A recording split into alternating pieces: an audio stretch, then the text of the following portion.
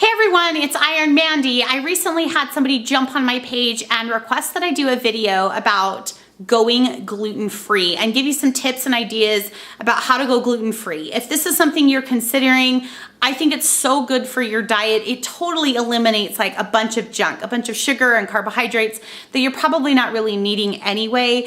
And some of us are more sensitive to gluten than others. It just kind of depends on why you want to quit gluten. But here's some easy tips and tricks to get you started along the way.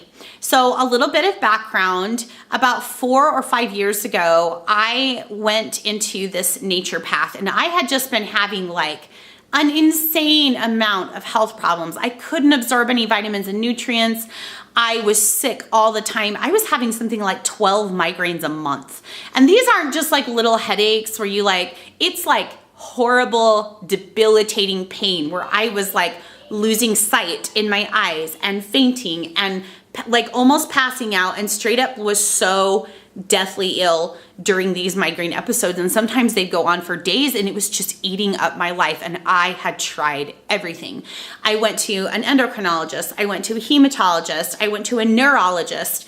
And basically all they did was prescribe medications. And sometimes those medications worked and sometimes they didn't. And sometimes they worked for a while and then they didn't. I think all in all, I've probably tried something like 15 medications for migraines and then finally settled on just giving myself injections, which was so crazy. I was like giving myself shots at home just to cope with that much migraine pain. And I finally went to this nature path because this friend of mine just swore by this. And I am not really like a nature path type of person. I am now, let me just say that. But at the time, I definitely was like very anti-nature path. And I'm like, oh, great. What I need is like some hippie, like measuring my energy. So sure enough, I went in, I met with this doctor, and she basically took about 3 minutes and was like, you have celiac disease. And I was like, but so instead of staying with this doctor, I like went back to my regular doctors and like had them go through all the arduous testing. Like I had an MRI, I had an endoscope, like I had a whole bunch of blood work drawn. And sure enough, she was right. I had celiac disease that was undiagnosed through the whole of my 20s and had no idea. So I had no choice but to go gluten-free. But I had lived 25, 26 years of my life just eating as much gluten as I basically wanted to. And so quitting when you kind of know what the other side is like is a lot harder. And I have some advice. I am definitely not a nutritionist. I can only give you what has worked for me. And so that's what I wanted to talk about today. But the very first thing is that you have to go slow. A lot of people believe in like immediate and 100% elimination. And I just think it's a terrible idea because a lot of people will they'll eliminate gluten for 2 weeks and then they just feel awful and they don't know why. So I would suggest rather than just going like cold turkey, just working your way in slow. So maybe like as a percentage. So initially I started out, I was like, okay, well, I'm going to stick with like 75%, 80% and cut out all the products in my life that had gluten, wheat, barley, and rye, and malt, which some people forget about, in the first 5 ingredients. So I started out at what I would consider to be more like 80%. And that worked really well for me. And then over time, I slowly started to eliminate some of those more gluten-y foods that I just like really struggled to let go of. So I would suggest, number one, starting slow, starting at something like 80%. The other reason for that is there's gluten in everything. It's in like oats. It's in all of your beauty products. It's in shampoo. Like people don't realize like how much of what they're eating actually has gluten in it. And it took me forever and I made so many mistakes. Like I didn't know like gluten-free soy sauce was a thing. I didn't realize that soy sauce was even made with wheat, which sounds really stupid. I was like, oh, it's soy. It's not. So learning how to use gluten-free ingredients takes time. I would say for me to go from where I was at, which was like eating basically everything with gluten in it, to gluten-free, it took me probably almost 2 years.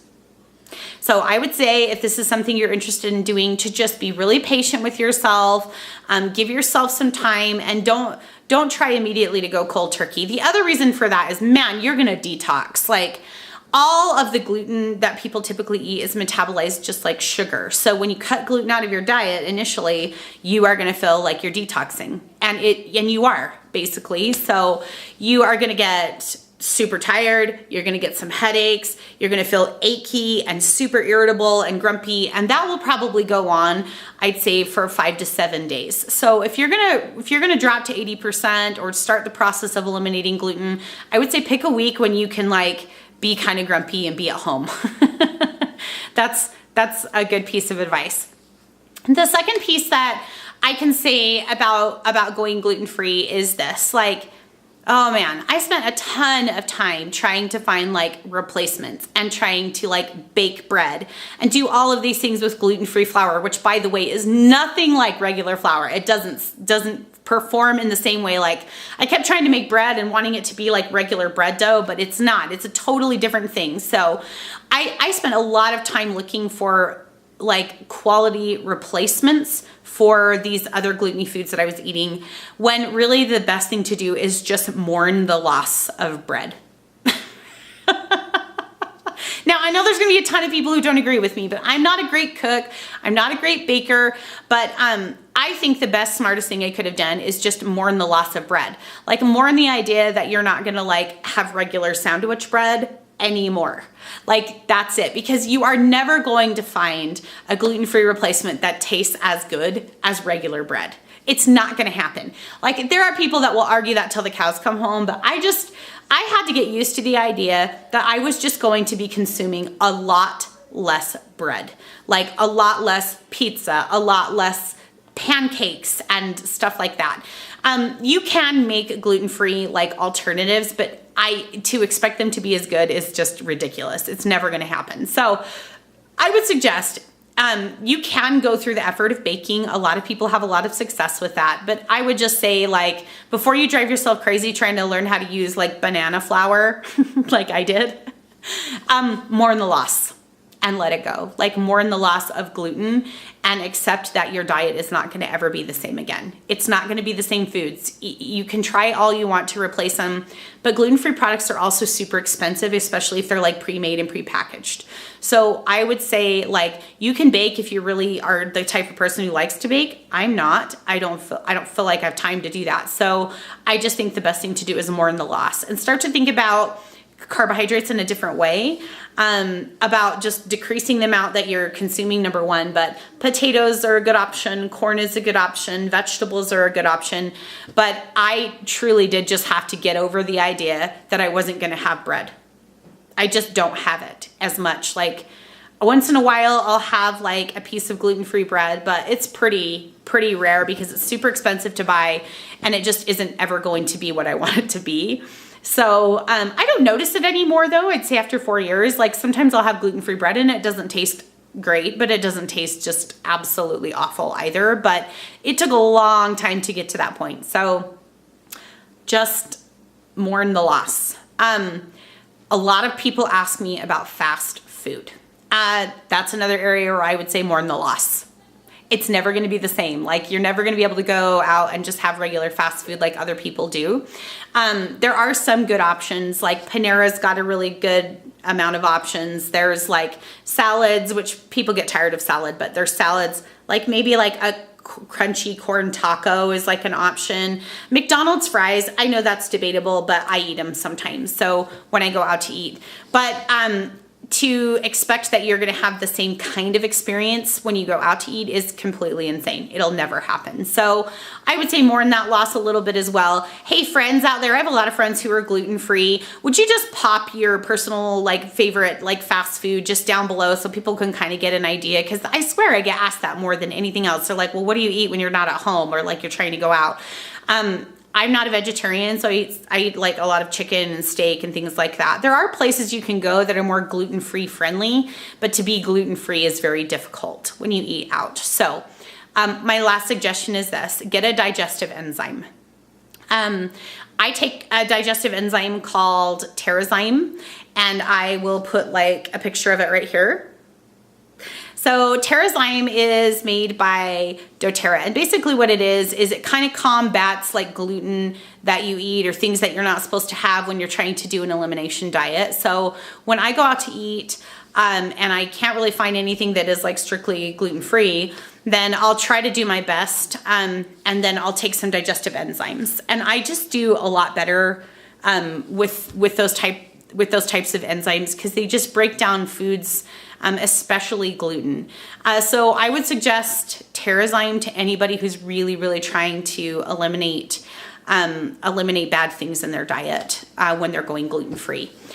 So in summation, be patient with yourself. It takes time to figure out what gluten is, where it shows up in people's foods, how bad it is. You are not going to be 100% straight out of the gate. It's like next to impossible unless you want to change your diet to basically like cuts of meat, fresh fruit and vegetables, which would be great for you, but also I know is realistically very difficult. So you're gonna make a lot of mistakes out of the gate.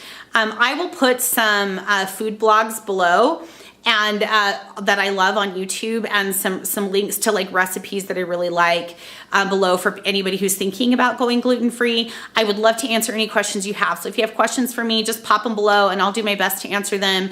It is a journey. It does take time, but I will say this to close. Since I went gluten-free, I quit having migraine headaches. My body finally started to absorb the big ones: vitamin B12, vitamin D, and iron.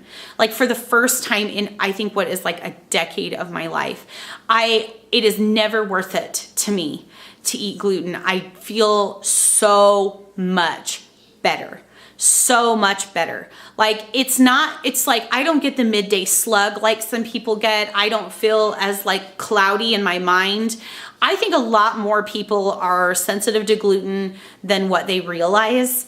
And they're like, oh man, why do I feel awful every day? I used to wake up in the morning, honestly, before I quit gluten and just feel like my limbs were like full of sand, like heavy and sluggish, and like I couldn't wake up and I was just so tired. I was just having awful headaches. And going gluten-free for real was probably the best thing I've ever done for my health. It is worth it. It is worth it almost 100%. And a lot of people lose weight when they go gluten-free, basically because when you cut out gluten, guess what else you're cutting out? Like tons of carbohydrates that you're eating, a lot of sugar without even realizing it. And it is hard. And you do go through moments where you just cave in and eat something you shouldn't eat. But here's the thing, like, don't give up, give yourself some time and be patient with yourself, and you can be gluten-free if that's really what you want. The health benefits are numerous. I'll drop some studies down below for that too. But anyway, thanks for tuning in to Iron Mandy. If you're new here, don't forget to subscribe, and we'll talk more about gluten later as questions come up. If you have anything else you'd like me to talk about, just leave it in the comments and I'll do a quick video. Hope you're all doing well. Bye!